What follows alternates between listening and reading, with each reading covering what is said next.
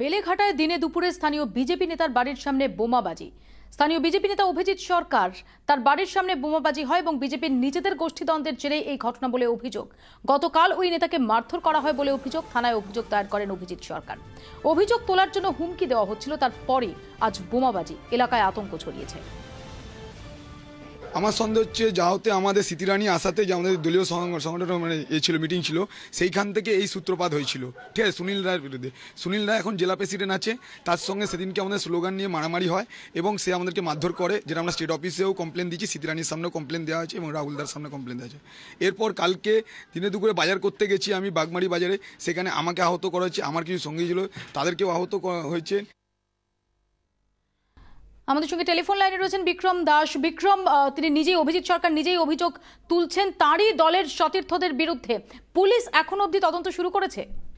দেখো, পুলিশ তদন্ত শুরু করেছে এবং কারাই বোমাবাজি করলো সেই বিষয়ে খতিয়ে দেখা হচ্ছে। প্রাথমিকভাবে এই বিজেপি ব্লক সভাপতি যেটা জানাচ্ছেন যে তারই দলের অন্যান্য নেতা তার বাড়ির সামনে এই বোমাবাজি করেছে। মূলত ঘটনার সূত্রপাত যেখানে যেটা জানা যাচ্ছে যে গতকাল বাজার যখন করতে যাই অভিজিৎ সরকার, তখন তাকে মারধর করা হয়।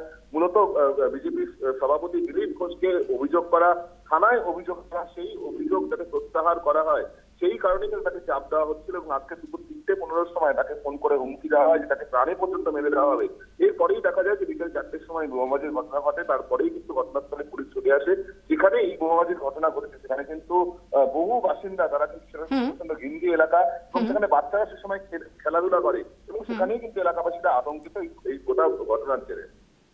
বিক্রম, ধন্যবাদ।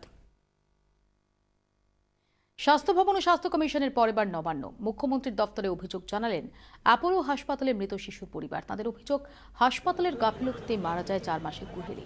পরিবারের অভিযোগের ভিত্তিতে ইতিমধ্যেই তদন্ত শুরু করেছে স্বাস্থ্য কমিশন। সোমবারের মধ্যে অ্যাপোলো হাসপাতালকে চিকিৎসা সংক্রান্ত নথি জমা দিতে নির্দেশ দিয়েছে কমিশন। উনি দেখবেন, উনি বলেছেন যে উনি আশ্বাস পেয়েছি। আমরা এখানে চিঠি দিতে এসেছিলাম মাননীয় মুখ্যমন্ত্রীর কাছে, ওনারা রিসিভ করেছেন চিঠিটা। এবার বাকিটা ওনার উপরই ছেড়ে দিয়েছি আমরা। রাজ্যে সোয়াইন ফ্লুয়ের প্রকোপ আরও একবার এবং আরও 2 শিশু তারা সোয়াইন ফ্লুয়ে আক্রান্ত হয়েছে বলে জানা যাচ্ছে। এই নিয়ে সোয়াইন ফ্লুয়ে আক্রান্তের সংখ্যা বেড়ে দাঁড়ালো 12। সন্দীপ সরকার আমাদের সঙ্গে টেলিফোন লাইনে রয়েছেন। সন্দীপ, দেখো, নতুন করে আরো 2জন শিশু এই সোয়াইন ফ্লুয়ে আক্রান্ত হওয়ার খবর পাওয়া গেছে। একটি শিশু ভর্তি মুকুন্দপুর এলাকার একটি বেসরকারি হাসপাতালে। ওই 4 শিশু তার বাড়ি সাহেবপুরে ভেন্টিলেশনে রাখা হয়েছে শিশুটিকে। তার অবস্থা অত্যন্ত সংকটজনক জানাচ্ছেন কর্তৃপক্ষ। অন্যদিকে শিশু পার্ক সার্কাসের ইনস্টিটিউট অফ চাইল্ড হেলথে ওই শিশুটির বয়স আরো কম, 10 মাসের ওই শিশু, তাকে আইসিইউতে রাখা হয়েছে। তার অবস্থা অত্যন্ত সংকটজনক। এই নিয়ে গতকাল এই সোয়াইন ফ্লুর দাপট সামনে আসার পর এখন পর্যন্ত 12 জনের আক্রান্ত হওয়ার খবর পাওয়া গেল। উদ্বেগ কিন্তু বাড়ছে ক্রমশ স্বাস্থ্য দপ্তরের। সন্দীপ, ধন্যবাদ।